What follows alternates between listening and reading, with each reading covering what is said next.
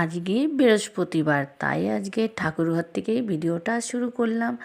আর এখন বেলা বাজে প্রায় 9টা। তো তারপরে চলে এসেছি জানলাটা খুলতে ঠাকুরঘরের রোদটাও তো ঢুকতে হবে না। তারপরে জামা কাপড়গুলো কেচে এনেছিলাম, তো সেটা নিয়ে বেরিয়ে পড়লাম ছাদে শুকো দিতে।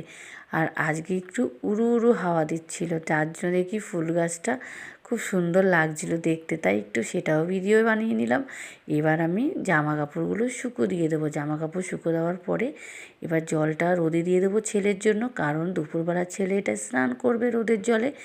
আর এদিকে ট্যাঙ্ক থেকে জল ভরছি, গাছে ফুল দেয় আমাকে, সেটা দিয়ে আমি পুজো দিই। আর গাছের যত্ন তো করতেই হবে, তাই গাছেতে একটু জল দিয়ে দিই।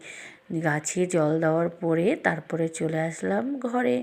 তো বিছনাগুলোও তুলে নিতে হবে, তুলে নিয়ে এদিকে একটু আস্তে সাউন্ডে একটু গান চালিয়ে দিয়েছি। তারপরে এদিকে ঘরের কাজগুলোও করে নিলাম, নিয়ে চলে যাব সোজা নিচের ঘরে চা খেতে।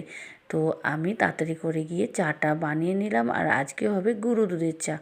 তো আমি চা খাই, আর তার মধ্যে তোমরা আমার ভিডিওগুলো দেখো, আর ভালো লাগলে অবশ্যই লাইক করো, কমেন্ট করো।